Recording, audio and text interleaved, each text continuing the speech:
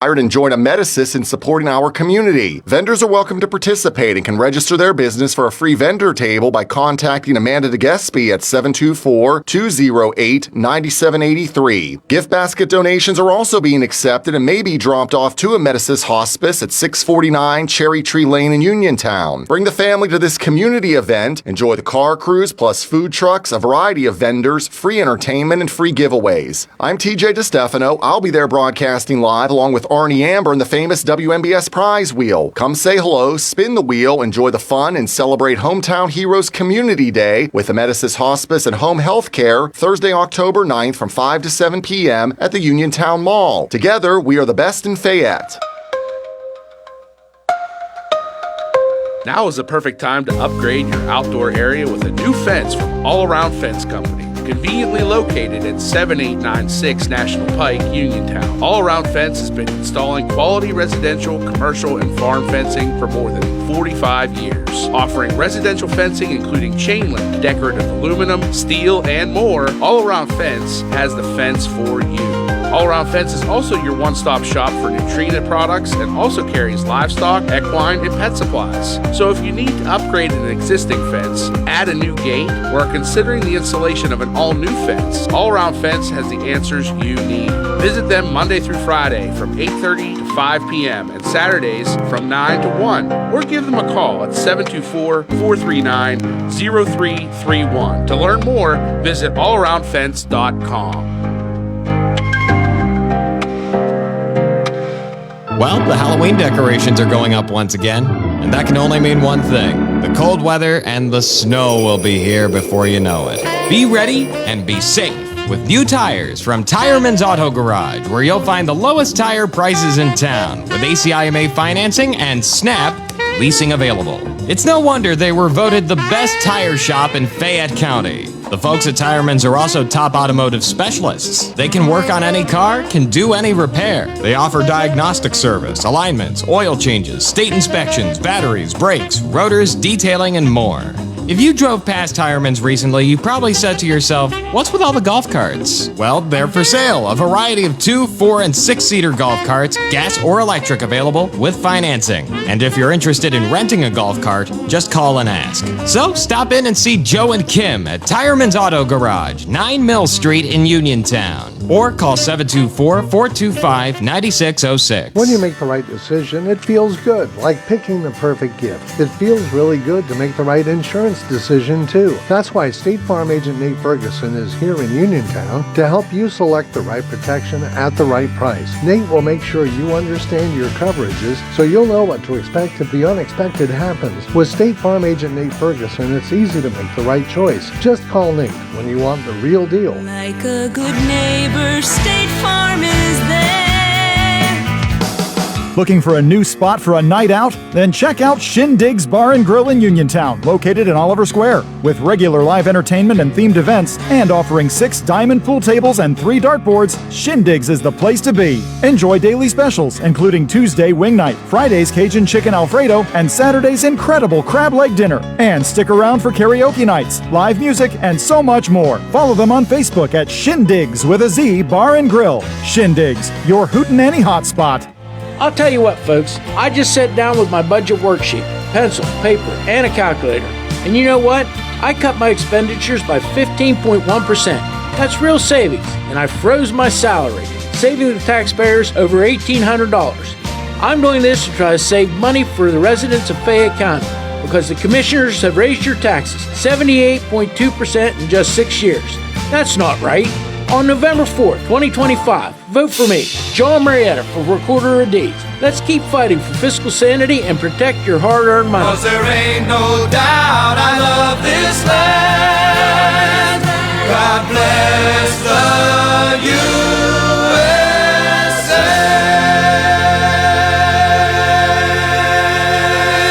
The views and opinions expressed on this program are those of John Marietta and do not necessarily reflect the views of the Fayette County Recorder of Deeds Office or Fayette County government. This program is privately produced and funded, and no county resources are used for its production or promotion. I pledge allegiance to the flag of the United States of America and to to the republic for which it stands, one nation, under God, indivisible, with liberty and justice for all. I was trucking up the highway, minding my own lane, with some dude in a Prius went and flipped me off.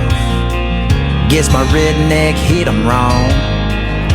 Seems like everyone these days is a ticking time bomb full of hate for folks like me who don't agree and ain't ever gonna change. And it gets me thinking, leave this long-haired country. Hey everybody, this is John Marietta, and I am the Hillbilly, and it's another Trump-tastic day here in Fayette County. Today's show is being brought to you by Miles' Garage and Tire Center, Mung's Auto Body, Fayette County Recovery Storage and U-Haul, Country Motor Sales, Gunslingers in Connellsville, JB Market in Dunbar, Thundering Hills Feed and Supply, The Ink Spot, Fayette County MAGA Patriots Group, Solid Foundation Ministries, New Life Free Methodist Church, Highline Motorsports, Gun Owners of America, Hillbilly Jon Radio, and John Marietta for We the People. It's a beautiful day out there, and I think the only team in Fayette County that's playing in Fayette County is Fraser playing tonight. Nick? I'm not sure. Okay, well, that's some. Laurel Highlands is playing, and so is I think Brownsville's playing at Brownsville. So, anyways, we'll be getting a football game here somewhere tonight. Okay, let's get started. Where the Spirit of the Lord is, there is liberty. That's 2 Corinthians 3:17. Folks, I'll tell you what. Liberty means something. It's not just a slogan. It's not just a bumper sticker. Liberty means you have the right to speak, the right to ask questions, and the right to be heard without being silenced because some politician didn't like what you had to say. And today we've got a special guest with me who knows a whole lot about fighting for liberty. I'm joined by Brittany, a friend of mine. She's running for office out in Bucks County, Pennsylvania. And she's also running for a seat on the Libertarian Party's National Committee in 2026 at the big convention. Now, full disclosure, she's somebody I met in the medical freedom circles, somebody I've worked alongside, and somebody I proudly endorse for her respected office. But let me tell you, Brittany is more than a candidate. She's the state lead of the Ladies Liberty Alliance. She's the founder of the Libertarian Party's Medical Freedom Caucus, and she's a voice for libertarians, not just across this state, but across the entire nation, including right here in Fayette County.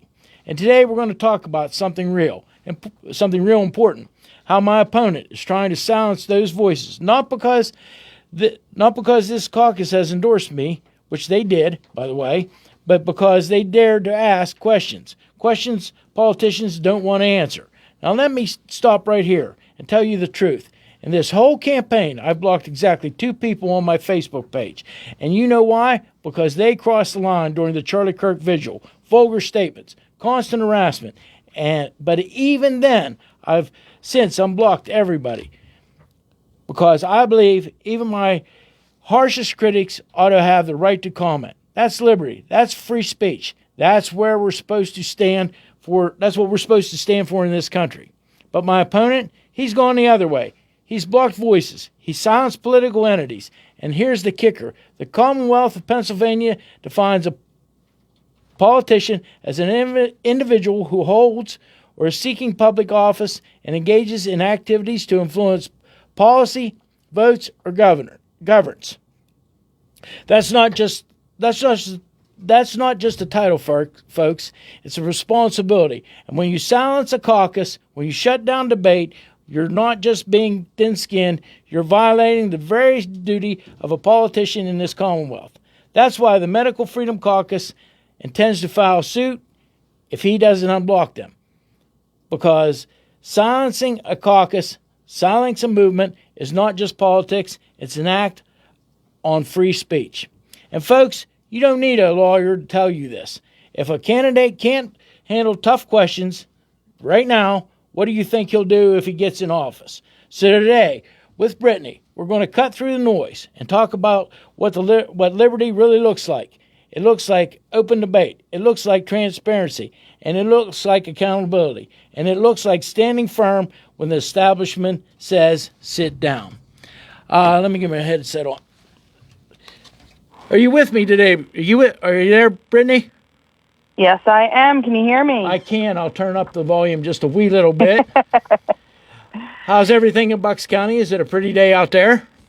It is. I was out earlier today visiting some patients, but I am home now for the evening, so it's definitely been a nice day. Got a little toasty, but still nice for October. Well, like I tell everybody, it's a Trump-tastic day here in Fayette County.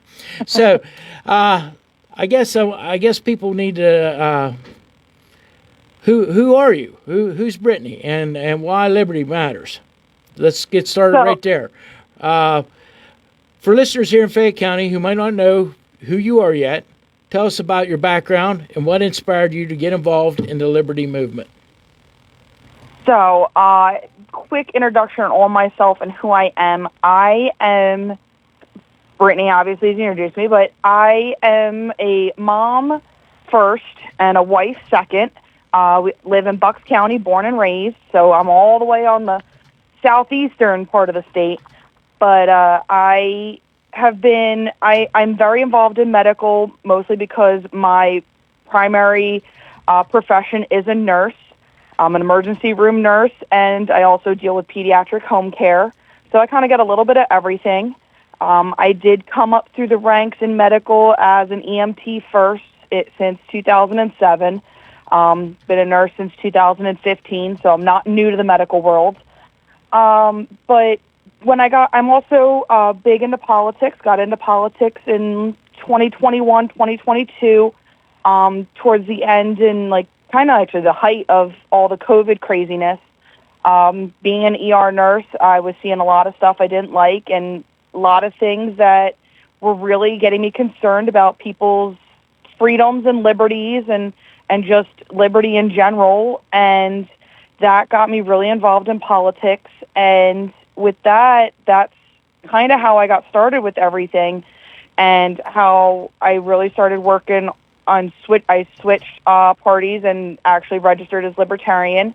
I was originally, when I first registered as a teenager, as independent. Joined Republicans for a little bit because thought I had to be part of a major party to have a say, and then found out that being a libertarian, I can have just as much say and actually have and make a decision, a difference in some decisions, in votes. And I got started with that, started the Medical Freedom Caucus, and pretty much I have been going from there. I've run for state rep. I've run for township supervisor. I'm running again for township supervisor, and kind of really have been helping other politicians and other moms and parents and stuff kind of decide if they want to run for office or find them a candidate to help them support that aligns with their views.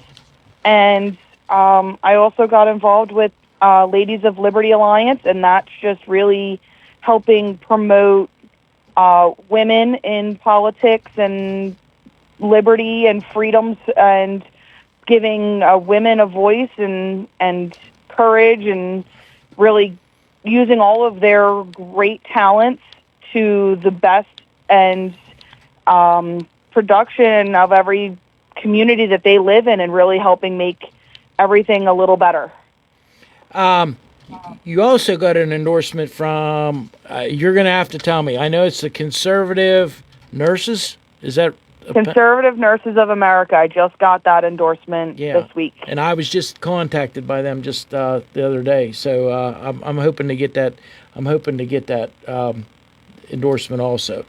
I have two daughters that are nurses, and it's it's a good thing. We need nurses to be involved because they have to deal with things at a different level than what the normal person does, and that's, I can leave it at that. But you're a nurse, I mean, you walk into a situation and you have to be able to be reactive all the time. And I think nurses would make very good political leaders myself, because they understand that things have to be moving forward all the time. So anyways, I know that Bucks County is going to have the National Libertarian Committee out there, and I guess why is it important for libertarians to have a stronger national voice? I think that's a pretty obvious question, but I'll let you go into that a little bit. Yeah, so Bucks County's having Pennsylvania's convention for the state. I think we're in Grand Rapids next year, 26, for national. But with it, a big thing is to have a strong national view or stance or position in politics for a third party is very important, because you need to let people know that there's other options than just the two major parties, and they pretty much feed off of each other. Knowing that there's a third option out there, or fourth or fifth or sixth, depending on the third, quote-unquote, third party, it's always important to give people choices. And I give my little elevator speech to everybody when they ask why I became a libertarian and why not just stay as a Republican or join as a Democrat. I go and say, well, you like more than two choices at the grocery store for items. Why can't we have more than two choices in politics? And I go and say, I'm like, you need a third, fourth, fifth, or sixth choice, because the others are too expensive to have a different ingredients you don't like. You don't like their packaging, whatever. There's a choice. You're going to pick whatever fits in your life and what your family and your personal views need. And I have a big thing with, in order to have a strong national presence, especially as libertarians, we need to have a strong states underneath. Each state has to be strong and reinforced and have strong and be a good support system for the national. And in order to have a strong state, you need to have strong county affiliates. And that's my big thing is build. You don't want to build your house upon the sand. You want to build your house upon a rock. And yeah, I think you probably read that in the Bible. I think so. having a strong foundation in any movement is something that's really important, because that way you can have that strong national presence. And that's what I'm pushing for, running for Libertarian National Committee in 26. Well, I think you've probably you've pretty much narrowed my questions down here. One of the things I do want to ask you about is in Fayette County right now there's, I believe, like 7,500 independents, third party people, which is kind of a good thing. It's growing. It might be a little bit more than that. It might be a little bit less, but we'll just say 7,500. So, and out of that third party segment, it looks like there's real close to 1,000 people that are registered libertarians.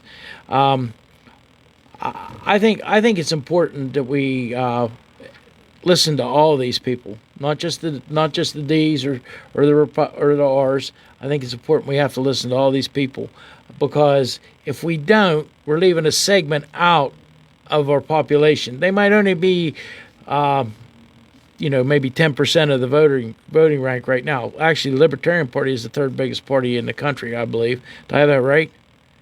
Yeah, so we're up there. Yeah, I think we're the third largest. I think we have to listen to these people. We have to try. President Trump actually did that.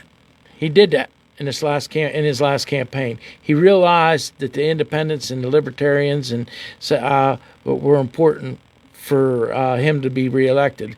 He also one of the things that I do give him kudos for is he put Robert Kennedy, which was an independent, is the Secretary of Health. I think I got that correct.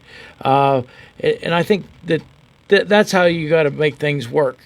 It doesn't have to be always the party that you're affiliated with to get all the appointments. I think we have to start looking outside. Tulsi Gabbard's another. She left the Democrat Party and she was an independent, and I believe now she did switch to be a Republican. But let's talk about something here right here in Fayette County. It seems like the Medical Freedom Caucus has endorsed me. There's no doubt about it. And the guy that's running against me, he decided to block your page. What's your reaction to that? So with that, I get why people would want to block other people, and it's because they don't want to have they want to have their echo chamber present. They don't want to hear any discourse. They don't want to hear any contradictory to their beliefs. And I get it. I get why someone would want to block someone. But the problem is with that is we as a caucus are seeking information from candidates for our voter base. Like you said, there's a decent chunk of voters in that area that are not registered ROD. Well, our point of a caucus is to collect data and present it straight up facts as we get them in and present it to our constituents that are in your guys' area and say like, hey, John Marietta, he answered these questions, here's his answers. And here's his opponent, here's what we asked them these questions and they didn't answer us. Well, that the point of us reaching out and pushing and basically sometimes playing devil's advocate is just that, to get the candidates thinking and wanting to maybe change their position on something or think about their position on something or take these third-party constituents into consideration. And by blocking the caucus on social media, you're silencing a large chunk of your voter base and basically telling them that I don't care about your opinion and I don't care about a caucus or anything like that. It's actually an infringement on everyone's First Amendment right of freedom of speech.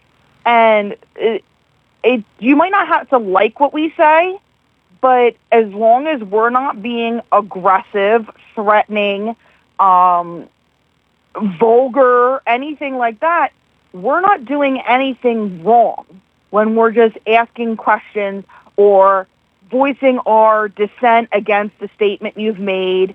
There's no reason to block us because our opinions are different than yours.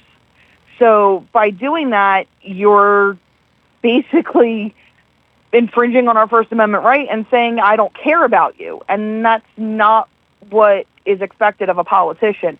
They're supposed to take everyone's opinions into consideration, and they're not allowed to silence groups and caucuses and political clubs or anything like that because, again, they're representing constituents. Okay, so in that area, you've answered the next 3 or 4 questions I had written down here for you. But anyways, that's good because I like to let my guests speak, and I like to let them speak freely. One of the things I do want to ask you about, by doing all these things, it shows just what a candidate's leadership is all about, and you kind of reiterated on that. But if they can't get a handle on questions from grassroots groups, then where are they going to stand when the going gets tough? When you got a software program that just crashed on you at 8:30 in the morning or in the middle of the day, and you got to try to figure out how to get things back up in a hurry. You can't just stand there and look at it. You got to jump on it and get it done. That's one of the things that with the internet here in Fayette County, which the two of us have back and forth on a lot of different things, and you say, John, I don't understand why you don't have my email. And I said, when did you send it? And you'll say, like 5 minutes ago. And I said, well, as soon as we get the internet back up, I said it bobbles so much here because of the way it's been put together in a hodgepodge way. You got to be able to be reactive, and a lot of times, it takes a cell phone and somebody to use your cell phone as a hotspot to get a hold of somebody or get something up and going. I just wonder how all that's going to work out for my candidate. But I think one of the things that we really need to talk about, and that it's important, is what do you see as the biggest issues facing Pennsylvania families right now? You're on one side of the state. I'm on the other side of the state. Of course, Marty, he's up in the middle of the state where anything, just nothing but corn up there. But anyways, I think about a lot of these different things, how the Constitution Party and the Republican Party and the Libertarians, and a lot of the independents, they kind of mix together. But what do you think the biggest thing is right now that's wrong with that our people in Pennsylvania facing? I can tell you right now what our biggest problem here is in Fayette County. It's the burden of taxes. We've been overtaxed for so long that people were starting to really, there's liable to be a revolt or an uprising here because it just keeps getting worse. But anyways, I'll let you go ahead. So I think I'm right outside Philadelphia. I'm in a pretty, I guess I would say, affluent county. Bucks County, we are pretty middle. I wouldn't even say 'cause middle class doesn't exist anymore. If you have it, it's probably a little bit more upper middle, but we have it. I would definitely say taxes is one thing. Thus, libertarian taxation is theft. Cannot go throughout any conversation without at least stating that at least once. But taxes, fees, permit fees, it's the nickeling and diming from the local government on the families is one big thing. Another thing is just general inflation. What I would have been able to get at the grocery store in 2020, and at the same time, my family size has not changed from 2019 to now. I still have 3 kids and 2 adults. So from 2020 to now, 5 years different, the amount of stuff that I can get for the grocery store at the same price is ridiculous. I used to be able to get a full overflowing cart, maybe 2 carts, for $250. I can maybe fill a cart, maybe, for $250 to feed my family for a couple weeks. It's ridiculous. In addition to having to travel, with the distances I have to go for different things, because a lot of stuff I have to go into Philly or up into Allentown. It's a little bit of a travel for some stuff. Gas prices are a big thing, and it's tough. Just coming, I've come out and visit you guys a couple times now, driving across the state from Philadelphia area out towards Pittsburgh area has been just seeing the prices of different things changing across the state is insane. Some things are more expensive and others are cheaper, but they all balance out that everything's still more expensive. But again, going to those permit fees and stuff, regulations have changed, and they're making things so much harder for families to do things or be able to do things or make decisions for their family. And a little bit with schooling and stuff, with everything with that. I have 2 special needs children. All 3 of my children have some level of IEP or 504 in school. I ended up pulling my oldest out of public schools and doing a private online school for him, and so he could graduate at 16. I went, and my 2 younger ones, they're almost 12 and just turned 6. I'm having to fight with the school for the youngest to get him an outside agency to be his like one-to-one in class. And they're trying to say, well, it's just our policy that we only hire internal staff and only have one-to-ones that are employees of the school district. If anyone knows anything about what's been going on in my school district in Central Bucks, we just had a student last school year or school year before, within the last year or so, was basically neglected, abused, and everything, and they were denied basic human needs of restroom and water because they were special needs and the teacher didn't want to be bothered. And that was how they handled the situation. And that student had a one-to-one, and that student had an aide, and that everything just felt, the Swiss cheese model was non-existent out there. And if anyone doesn't understand what the Swiss cheese model is if you layer enough slices of Swiss cheese together, you shouldn't be able to get through to the end, from beginning to end. Yeah. You might get through a couple layers, but you should not be able to get through every single layer. Well, when it happens and it fails, they go from beginning to end and nothing gets caught in the nets. And that seems to be a little bit of what happened here, that things just piled up and went through. And that's my school district. And like no one seemed to be doing anything about it at the time. Now, because it's been brought up to the news and has the Wizard of Oz moment, the curtain has been pulled aside, now people want to do something about it. But the fact that the family, I can't do anything and have an outside agency was really concerning.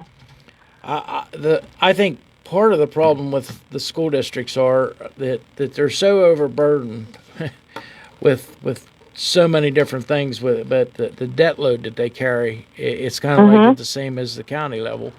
Actually, the county is looking at, it's unbelievable. It's unbelievable the amount of debt. But you start putting all these factors in, and then what happens is a lot of things, they get cut. I love to go to football games, you know that, and I feel it's sad when you see. I remember when I went to high school, Uniontown. I can't tell you how many people were in a band, and Connersville had a huge band, and Little Brownsville, had one of the best bands in this whole entire Southwest area. Frazier, all these people. It was a big thing, and what they've done is they've eliminated a lot of that money because that's where they could cut without too much screaming, and it's the same on your side of the state as it's on this side of the state, because I see the football games on TV. I see the high school football games on TV, and when Connersville used to dress, I don't know, 60 or 70, and I don't know what they're dressing now for a football game, but Brownsville used to dress 35 or 40, and that's where we're at. But anyways, I think the biggest thing is the burden of taxes on everybody. I really, really, really, really, really believe that. I think it's an overbearing thing, whether it's county level or the school districts. And you have a lot of people like you that pull their kids out of school, and they end up in a private situation because they have to do that, and then but they still have to pay school taxes also. So, but anyways, hey, do you want to conclude with anything? We got a minute or two here. We got about a minute, so if you want to conclude with anything, I'll let you. So I've been kind of stalking our comments here a little bit, which could be good or bad, but at this point it looks like Mr. Santilli is out there commenting, saying that this doesn't apply to candidates, my statement of blocking or not blocking different caucuses and stuff and different groups on social media. Now, I would like to welcome him to educate himself a little bit on what different things apply to candidates, because as a candidate, you still fall under the thing of a politician, because you're running for an office, you're seeking votes. So there is a case out there, Linsky v. Freed, and that is spelled Lindke versus the Freed, so that he can go educate himself a little bit. But I gladly welcome him to debate, and we can have the League of Women Voters be the moderators. I would gladly love to ask him the questions that my caucus has been trying to get him to answer. So, well, I appreciate you calling in. We'll get you back on. I know that I got a couple things I got to do with a couple different people that are with the endorsements and some other things that are going on. So, thanks for calling in. Good luck with your race, and I'll probably see you. I'll probably see you in about 30 days or 25 days or something. So, take care. Less than 3 weeks, John. Yep. Less than 3 weeks. Yep. Hey, you take care. So you too. I want to close up with this. If you got a football team you want to go root for, go out. Laurel Hines is playing at home tonight. So is Brownsville, I believe. So go ahead and do it, and I appreciate it. So on this road called life, you have to take the good with the bad. Smile when you're sad. Love what you got, and remember what you had. Always forgive and try to forget. People change. Things go wrong.